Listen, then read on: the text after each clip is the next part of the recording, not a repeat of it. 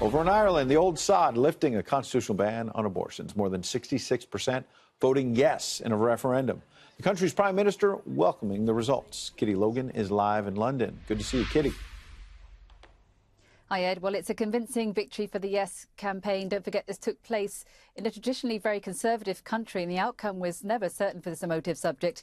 But today, the official results confirmed a landslide win of a 2-to-1 majority in favour of changing the law. Now, for those campaigners who've been trying to repeal the 8th Amendment of Ireland's constitution for decades, this was a moment to celebrate. Now, the controversial amendment banned all abortions unless the mother's life was at risk. Now, new laws can be passed to legalise abortion in Ireland for the first time. The Irish Prime Minister, Leo Varadkar, supported that Yes campaign. Just very pleased with the result. It's a momentous day for Ireland. The public have spoken and gives us the mandate we need now to bring in more modern, more liberal abortion laws here in Ireland. Now, over 64% of the Irish electorate voted on Friday. All except one of Ireland's constituencies voted yes. The No campaign has called the result a tragedy, but they say they won't try to block new laws.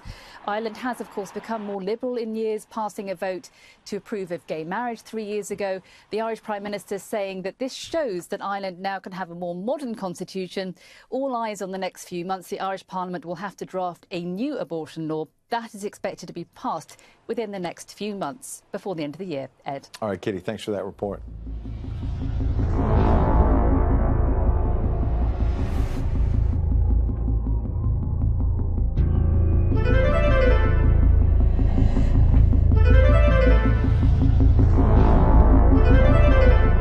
And ye shall hear of wars, and rumours of wars. See that ye be not troubled, for all these things must come to pass, but the end is not yet. For nation shall rise against nation, and kingdom against kingdom, and there shall be famines, and pestilences, and earthquakes in divers places. And there shall be signs in the sun, and in the moon, and in the stars, and upon the earth distress of nations, with perplexity, the sea and the waves roaring. And when these things begin to come to pass, then look up, and lift up your heads, for your redemption draweth nigh. For as the lightning cometh out of the east, and shineth even unto the west, so shall also the coming of the Son of Man be.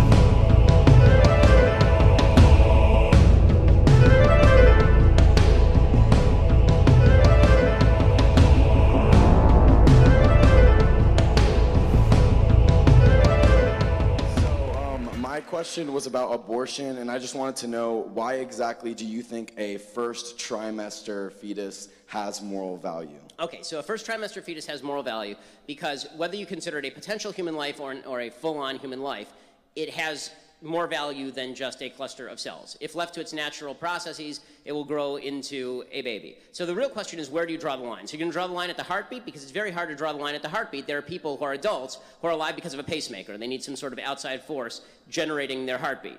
Okay, are you going to do it based on brain function? Okay, well, what about people who are in a coma? Should we just kill them? Right? The problem is, anytime you draw any line other than the inception of the child, you end up drawing a false line that can also be applied to people who are adults.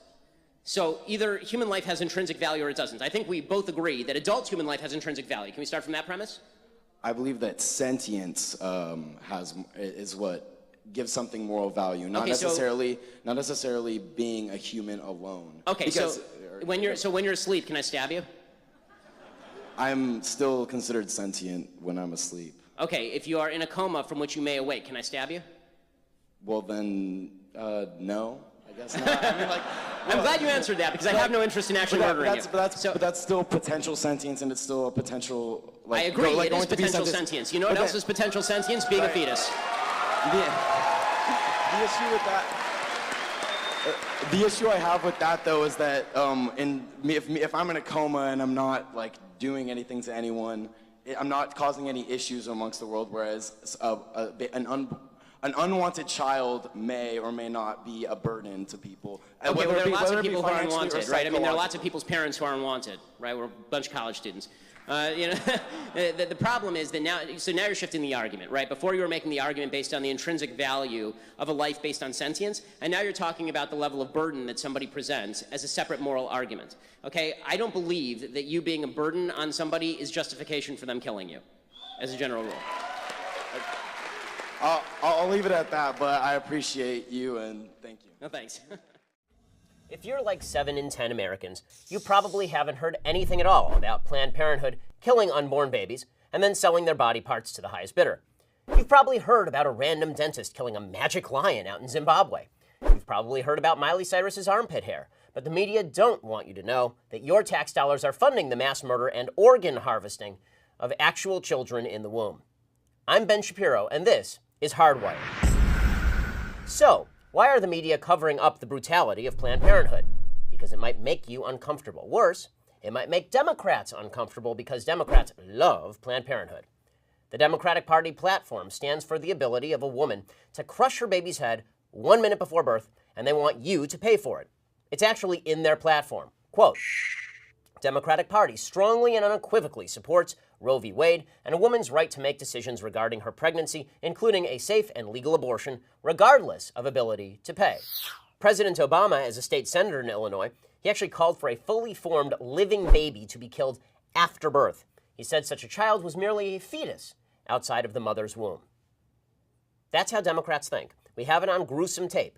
Here's a top Planned Parenthood doctor talking about how to use less crunchy techniques to kill babies so that their organs can be more easily sold. How he feels about using a less crunchy technique to get more whole specimens. And here's another top Planned Parenthood doctor talking about the ease with which baby intestines can be harvested and eyeballs can be extracted. These orbits are good too, and at this stage you start to get the retinal pigment epithelium, Yes. which is in the back, which is you've collected that before. So all the orbits are so easy. It's just delightful. A third top Planned Parenthood doctor negotiated over baby body part prices while standing over a tray of dissected children. I think the per item thing works a little better just because we can see how much we can get out of it. Now, naturally, Hillary Clinton thinks the people who do this are just wonderful. I'm proud to stand with Planned Parenthood. But when Hillary Clinton is shown video of Planned Parenthood doctors talking about selling organs, even she pretends to find it, quote, disturbing. People who claim they're disturbed by the sale of baby organs, but are totally fine with the crushing of their heads, are moral idiots. It's like saying you're disturbed by the whipping of American slaves, but not by anyone holding them as slaves in the first place. Here's the truth. Abortion ends a human life. The science is settled. By 3 weeks after sperm meets egg, the baby's brain, spinal cord, heart, and other organs begin forming. That's about the time when most women notice they're pregnant in the first place. By week 4, we've got early facial features. By week 7, the baby has toes. By week 9, the baby is developing external genitalia. By week 10, the baby has started growing fingernails. And that's all in the first trimester. That's the least controversial abortion period. But we treat these innocent human lives as junk for the garbage disposal. During the first 3 months of pregnancy, doctors plunge a tube with an edged tip into the womb. They then use the suction power of the tube to literally tear apart the child while it's alive, and then suck the pieces out of the mother's womb. This is called suction aspiration. Unpleasant? Try dilation and curettage. In this version of abortion, doctors use a curette, which chops up the baby inside the womb and then scrapes it right out. As the baby grows, the methods of abortion get uglier and uglier. There's dilation and evacuation, in which doctors use a forceps to crush the baby, including its brain and spine. The pieces are then removed. And as a last resort, doctors use partial birth abortion. Democrats love partial birth abortion. This is a procedure in which doctors use an ultrasound. They find a baby's legs with the forceps. They pull it into the birth canal. They deliver the entire baby except for the head. And then they stab the baby in the skull with the scissors, insert a suction tube into the skull, and suck out the brains. This is also the preferred method for ensuring that the internal organs are best preserved, so Planned Parenthood can hawk them to Big Pharma. Taken in total, these various forms of abortion and others are used to murder approximately 3,000 babies every single day in America. That's over 1 million babies a year. That's 55 million children since Roe v. Wade. The media want to keep us blind to these facts, or perhaps we want to blind ourselves. But by blinding ourselves to murder, we become complicit in it.